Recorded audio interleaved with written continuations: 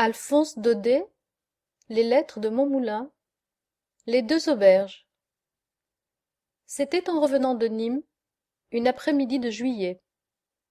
Il faisait une chaleur accablante.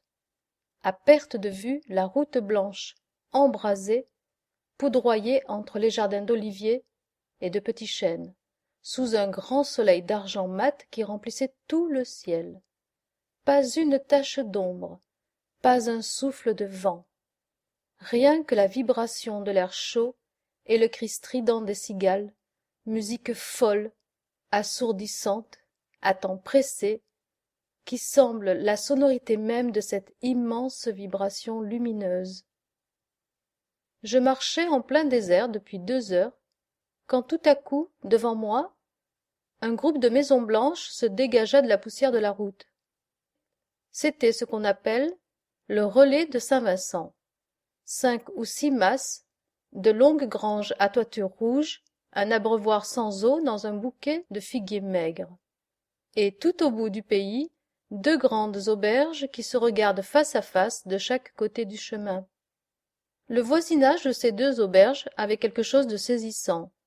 D'un côté, un grand bâtiment neuf, plein de vie, d'animation, toutes les portes ouvertes, la diligence arrêtée devant, les chevaux fumants qu'on dételait, les voyageurs descendus buvant à la hâte sur la route dans l'ombre courte des murs, la cour encombrée de mulets, de charrettes, des rouliers couchés sous les hangars en attendant la fraîche. À l'intérieur, des cris, des jurons, des coups de poing sur les tables, le choc des verres, le fracas des billards, les bouchons de limonade qui sautaient, et dominant tout ce tumulte, une voix joyeuse, éclatante, qui chantait à faire trembler les vitres. La belle Margoton, tant matin, s'est levée, a pris son broc d'argent, à l'eau s'en est allée. L'auberge d'en face, au contraire, était silencieuse, comme abandonnée.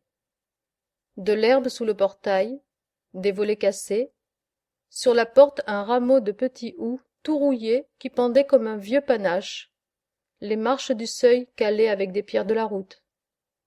Tout cela si pauvre, si pitoyable, que c'était une charité vraiment de s'arrêter là pour boire un coup. En entrant, je trouvai une longue salle déserte et morne, que le jour éblouissant de 3 grandes fenêtres sans rideaux faisait plus morne et plus déserte encore. Quelques tables boiteuses où traînaient des verres ternis par la poussière, un billard crevé qui tendait ses 4 blouses comme des sébiles, un divan jaune, un vieux comptoir dormait là dans une chaleur malsaine et lourde. Et des mouches, jamais je n'en avais tant vu, sur le plafond, collées aux vitres, dans les verres par grappes. Quand j'ouvris la porte, ce fut un bourdonnement, un frémissement d'ailes, comme si j'entrais dans une ruche. Au fond de la salle, dans l'embrasure d'une croisée, il y avait une femme debout contre la vitre, très occupée à regarder dehors. Je l'appelai 2 fois. Hé, l'hôtesse! Elle se retourna lentement et me laissa voir une pauvre figure de paysanne, ridée, crevassée, couleur de terre, encadrée dans de longues barbes de dentelle rousse, comme en portent les vieilles de chez nous. Pourtant ce n'était pas une vieille femme, mais les larmes l'avaient toute fanée. Qu'est-ce que vous voulez? Me demanda-t-elle en essuyant ses yeux. M'asseoir un moment et boire quelque chose. Elle me regarda, très étonnée, sans bouger de sa place, comme si elle ne comprenait pas. Ce n'est donc pas une auberge ici? La femme soupira. Si, c'est une auberge, si vous voulez. Mais pourquoi n'allez-vous pas en face, comme les autres? C'est bien plus gai. C'est trop gai pour moi, j'aime mieux rester chez vous.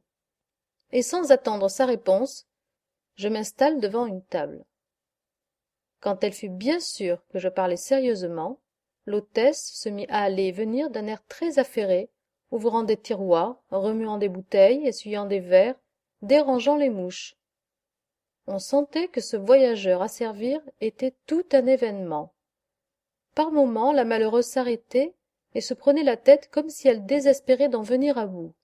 Puis elle passait dans la pièce du fond. Je l'entendais remuer de grosses clés, tourmenter des serrures, fouiller dans la huche au pain, souffler, épousseter, laver des serviettes. De temps en temps, un gros soupir, un sanglot mal étouffé. Après un quart d'heure de ce manège, j'eus devant moi une assiété de passerilles, un vieux pain de Beaucaire aussi dur que du grès, et une bouteille de piquette. Vous êtes servi, dit l'étrange créature, et elle retourna bien vite prendre sa place devant la fenêtre. Tout en buvant, j'essayai de la faire causer. Il ne vous vient pas souvent du monde, n'est-ce pas, ma pauvre femme? Oh non, monsieur, jamais personne. Quand nous étions seuls dans le pays, c'était différent. Nous avions le relais, des repas de chasse pendant le temps des macreuses, des voitures toute l'année. Mais depuis que les voisins sont venus s'établir, nous avons tout perdu. Le monde aime mieux aller en face. Chez nous, on trouve que c'est trop triste. Le fait est que la maison n'est pas bien agréable. Je ne suis pas belle, j'ai les fièvres, mes 2 petites sont mortes. Là-bas, au contraire, on rit tout le temps.